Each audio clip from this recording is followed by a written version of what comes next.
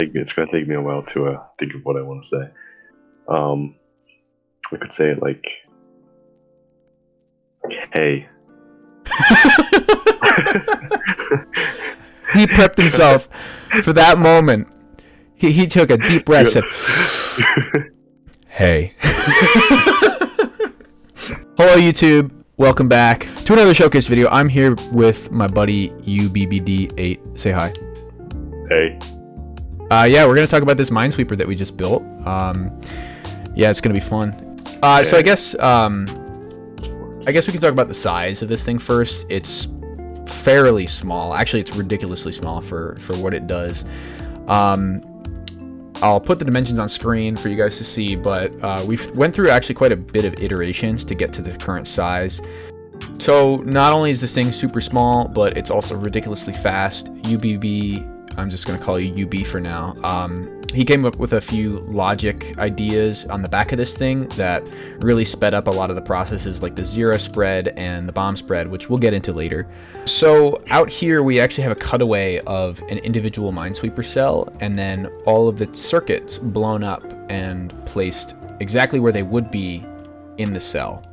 So we can go through and I guess I'll start with the decoder lines, this brown section here. Now, the way this works is it takes the information from the orange circuit and buses it into the display. Now, there's a few cool things with this. There's a lot of glass blocks, if you notice, and that's just to prevent butting and to prevent interference with other cells or other circuits. But I guess the coolest one right here is this little piston circuit here, and this provides. This top line up here actually is, I have to check, it's the fourth segment, which is this middle one here. And the way it gets down there is by going through this and then going to a cauldron, which is a transparent block, so it won't block this path here. There's a comparator over here that takes the signal from the cauldron and then buses it into a piece of redstone. Actually, it's another comparator over here, and outputs it into the display.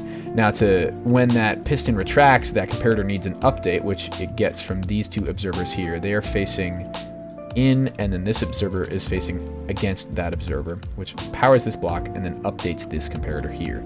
Now, it also powers the line below it, but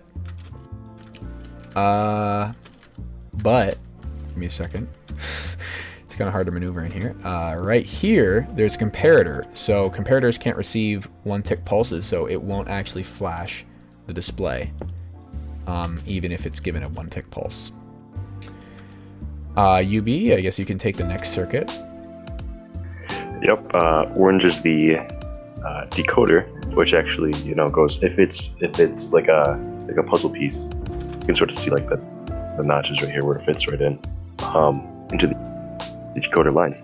And it's just your basic, it's got the torches on the sides, and the torches go into the redstone line, and then where we don't want it to goes into the repeater, so it can't, actually send any signal through. It's got a couple wacky things, like this thing is actually brought out, so it saves space up at the top, and it sort of matches in with right here. You can see we're sort of missing a bunch of pieces up here. That's because we don't need them, so we optimize it as much as we could. And this actually the whole decoder takes a signal strength input, which is you input it into here, and it actually I can demonstrate it quick. A composter. You can sort of see it pipes into the front here, and it goes around and it goes to the back as well, but it subtracts a certain amount, which is with the hopper right there. It's got a certain signal strength, and it actually just turns off one dust somewhere in the middle, like right there. So that's the line that would actually be powered, which would send whatever number it is to the screen. And if I go on one more, it'll just keep increasing down the decoder. All right, cool. Another red one. So this smaller red circuit here is actually only the flag. So every time you press the button on this cell, if the green button hasn't been pressed, the flag gets activated. Now, the interesting thing with the flag is that it can't be stored in memory, right? Because if the cell memory is 1, then I can't overwrite the 1 and then place a flag there. I need to rewrite the 1 to the memory. So the flag needs to supersede the memory inside the cell. And by doing that, instead of wrapping around and inputting the signal strength for flag, we came up with a pretty cool design where we just shoehorn it right into the decoder instead of letting the decoder do the work, which not only saves space, but it improves the timing. Now, we already went over... we didn't already go over this. Crap. We will in the future. We'll go over this block and a few of the weird weird things that you see in the future, so you'll understand it. But the other part of the circuit here is this little red line, which is another part we will go over in the future. But it's part of a triple AND gate that determines a lot of the logic between the zero spread grid and the actual spreading of the zeros. And I guess UB, you'll take the next circuit. Yep. So similarly. There you go. Similarly. Yeah. So man, I'm hungry now. yeah, that's what I was thinking of. The red circuit down here actually takes the input from this button, and directly above, the green takes the input from the green button, which is the flag to clear the cell. Which is, if you deem it safe, you dig in that area. In Minesweeper. Yeah. So all it does here is takes the input and it sends it into this nice little flip-flop here, which once you send it through, you can't dig the same cell twice without it being reset in between games. Yeah, it's essentially an RS or SR or RS NOR latch, however you want to call it. Yeah, people are going to get I know I'm gonna get people are going to get mad at me if I call it an RS NOR latch or an SR latch, but it's just a toggle, and every time if you toggle it once, then you can't toggle it again unless it's reset. Which is an SR latch, right? SR latch. You know what? It doesn't matter. Start reset. You set it once you click the green button, and then it resets on the reset circuit. So, and then also it incorporates with the red circuit here, which is the flag. When you hit the green one, it takes the output from when the block gets sent to this dropper and pushes this piston up, which you can see right here. This redstone will be 15 because this furnace is 15. So this redstone, once again, this redstone will be 15, and then down here, and this comparator will be 15, and it subtracts it. So even if you hit the button and you've already hit the green circuit, you will not be able to alter the state of the flag. Nice. That's down there. Yeah, and then you have this part which sort of branches off, and this is just a bus. It's a really nice with the torches here. It's what we could fit into the space. It takes the signal from here, when you click the button, and sends it down through these torches and repeaters to this location, which we will get into when we get down to the yellow circuit. Yep. So this circuit here is the reset circuit, and it starts over here with this hopper. Now, it only takes 4 ticks to go across the cell. It'll come across the cell in the front and then feed into the next one by powering this block here, which powers the hopper, and so on and so forth. Rinse and repeat. Now, off of this line here is a bunch of branches that go and reset SR latches and signal strength memories and a bunch of other stuff. Again, all of these observers are necessary to prevent interaction with the decoder, because all of those observers are right next to all of these torches, so we can't do anything about it. I guess UB, you want to take the yellow circuit? All right, we're both going to do this because this is the big brain. Yeah, this is probably the most complex circuit out of the entire thing. This is the main memory. So inside here is a main memory cell. This is just a signal strength memory cell that I guess it holds the. Yeah, we'll just say it holds how many bombs there are around that cell. So when you click the green button and it tells you how many bombs there are around it, either sometimes it's 0, sometimes it's 1, 2, 3. It just holds however many there are, which it knows. It doesn't go around. A lot of people think like once you hit the green button, it's going to count how many bombs there are around it. It actually does it the opposite way. So on bomb generation, it'll already know how many bombs there are around it. Mm-hmm. So it'll have that stored in the memory before you even start playing. So there's no delay when it comes to, okay, let me count how many there are around me and then display that number. Right. You know. So after this memory cell, it'll come over here into this little area where this comparator here links up with the green circuit, and the green circuit almost acts like a latch. So if the green button has been pressed, it'll let the memory from the memory cell go through into the back of the decoder. And it also branches off into a few other things, a two-way AND gate for zero spread and display. And then it also branches up over here. It would be in the white circuit, but there's a lot of places that it goes. Now, the other section that's really cool is this top part here that's above the memory cell. This is what actually assigns the memory itself. Now, over here is the input to that, and there's only one input to decide whether the cell is a bomb.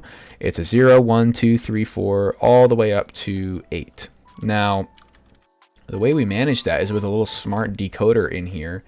It'll sense whether a bomb is near it or a bomb is assigned to this cell, all with one little input. And now this goes through here, and with a few bits of fancy logic and fancy signal strength stuff, it will assign whatever this cell is to the correct signal strength. And that all comes at once you, like David said, all in the back. It's one input. So as the bombs are generating, it either inputs a high signal strength, which assigns it a bomb, or a low signal strength, which says, okay, there's a bomb near it, which tells it to add one to the memory, which counts up from 0, 1, 2, and so on. This white circuit here, we're actually going to need both of us to explain because it is very, very complex. It's another big part of the brain of the cell. Now, what the white circuit is on its own is the zero spread logic and the zero spread grid. Now, we'll get into the logic later, but the grid, the way it works, is basically a giant web behind the entire machine. And I'm walking down it now so that you can see. Now, if you power one piece of this web, it's only going to reach the 8 cells surrounding it, which is exactly what zero spread is. If you press a 0 on a regular Minesweeper game, all of the cells next to it will also trigger. So if I press a 0, it'll reveal another 8 cells. Now, if one of those happens to be a 0 as well, it'll keep going. And that's the term that we've been using to describe that, I guess, process, zero spread. Now, this grid here is what actually makes the zero spread possible. The logic in here also decides if the zero spread keeps spreading or if it stops. Now, there's two things that happens. There's two AND gates. There's a two-way AND gate here that decides if there needs to be power output into the zero spread grid. And the two conditions for that AND gate is if the green button has been pressed and if the cell memory is 0.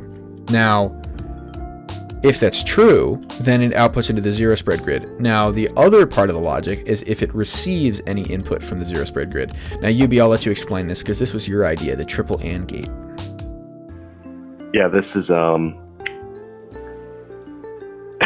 nice. This is what makes it really, really, really fast. So basically, all it does is on my previous designs for the Minesweeper, all it would do is for zero spread, is it would go onto the next cell from whatever previous cell that started the zero spread.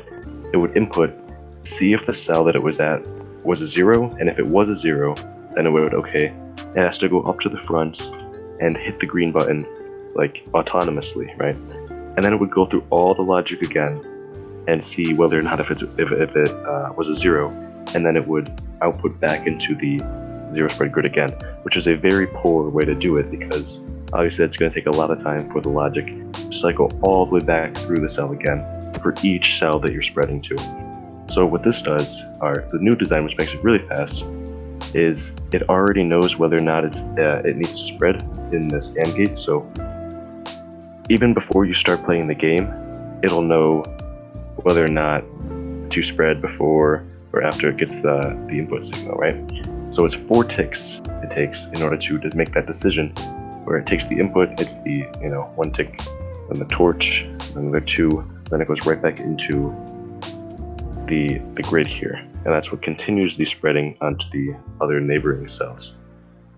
Yeah, And all the three gate, all sorry, the three inputs into this gate are basically whether it's a 0, whether the flag has been pressed or not, because if you flag it, it's not going to spread because you have it flagged, so it's not going to tell you, okay, well, this isn't a flag. That'd be like a nice cheat to see whether or not it's a bomb. Yeah. And the third input is the zero spread grid itself. Yeah, so yeah, it's kind of, you don't think about that one, but is the actual input. So once it gets all three inputs, it will start the process of spreading. Doing it all over again. Yep. Yeah, it just does that a bunch of times and eventually clears the entire grid. Yep. Now, another circuit that's really similar to the zero spread grid is this pink circuit here. Now, the pink circuit, as we mentioned before, is the reveal circuit. Now, if the pink circuit gets active, all it does is it hard powers the zero spread grid, which triggers all of the cells, regardless if they are zeros or not. And that's probably the simplest thing that's in this entire thing. This was one of the last things we added. This is just sort of a feature that we didn't have planned, but we had the space and we had the idea. So obviously, like, when you lose, it's going to uncover the entire board for you to see. So you can see what else is on the board. Even if you only make it halfway through the entire board and then you lose, it's going to show you what the rest of the board looked like.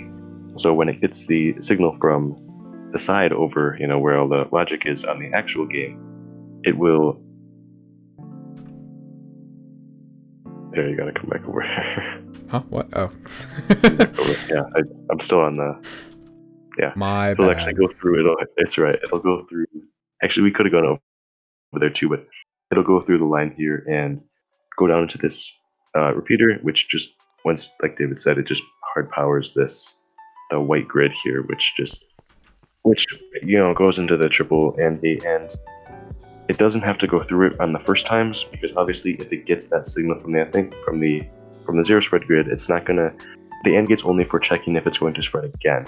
If it gets an input, regardless, it's going to hit the grid, autonomously press itself, because when you spread, it doesn't just spread to the zeros, it also spreads to like this like the fence around the zeros, like normally ones and twos and stuff, So that's what the pink does. Just shows it just everything, regardless of whether or not it's a zero.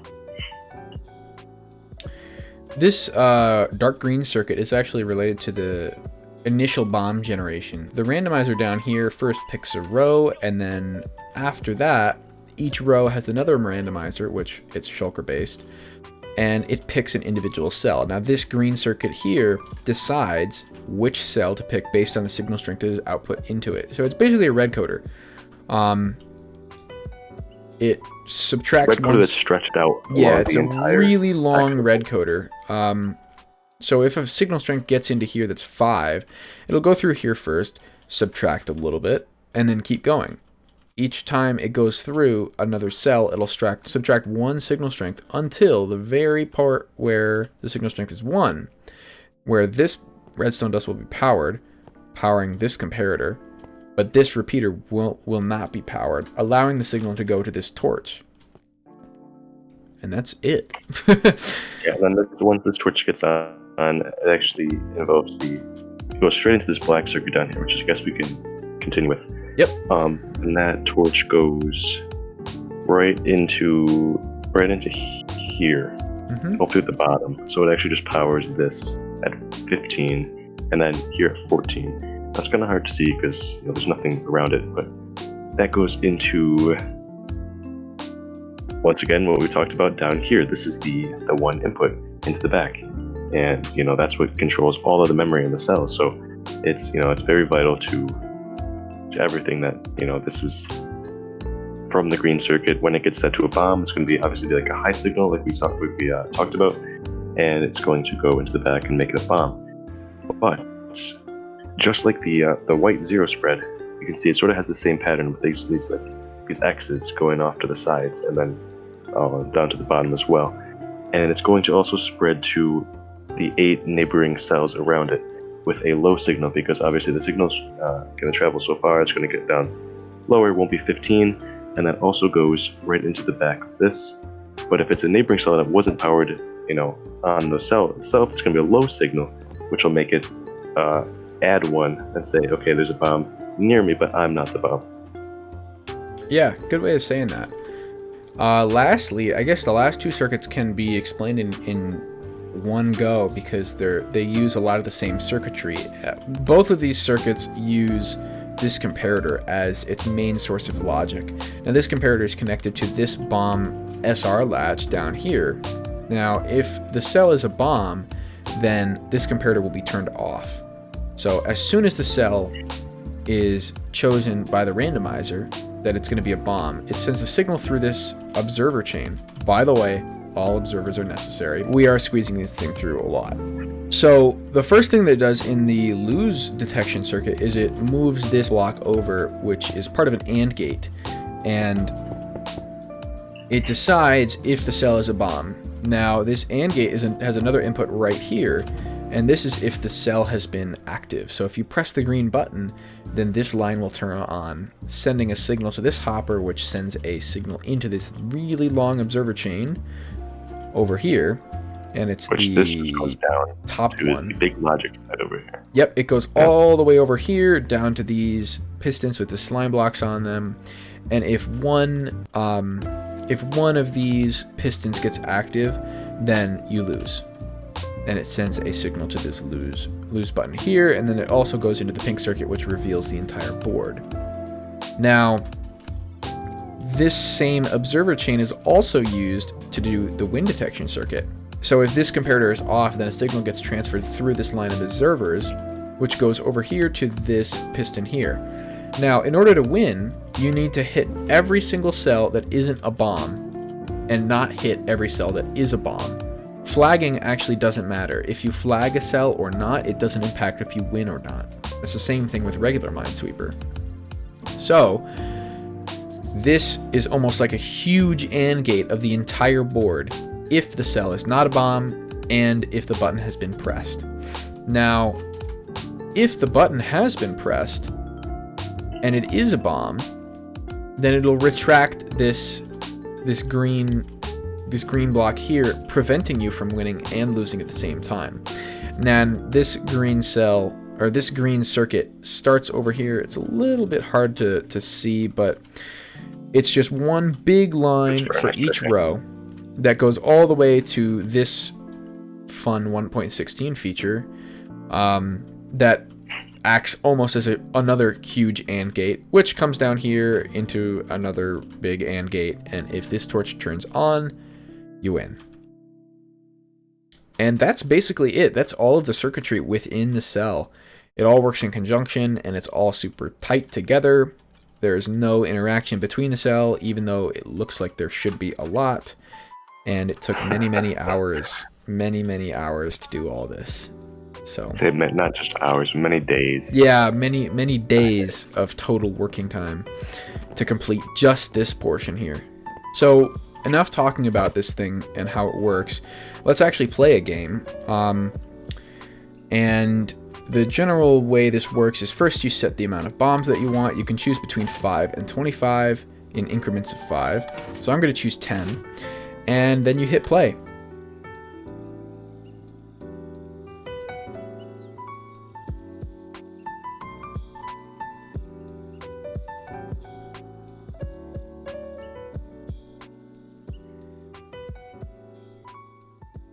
All right, so that is our Minesweeper.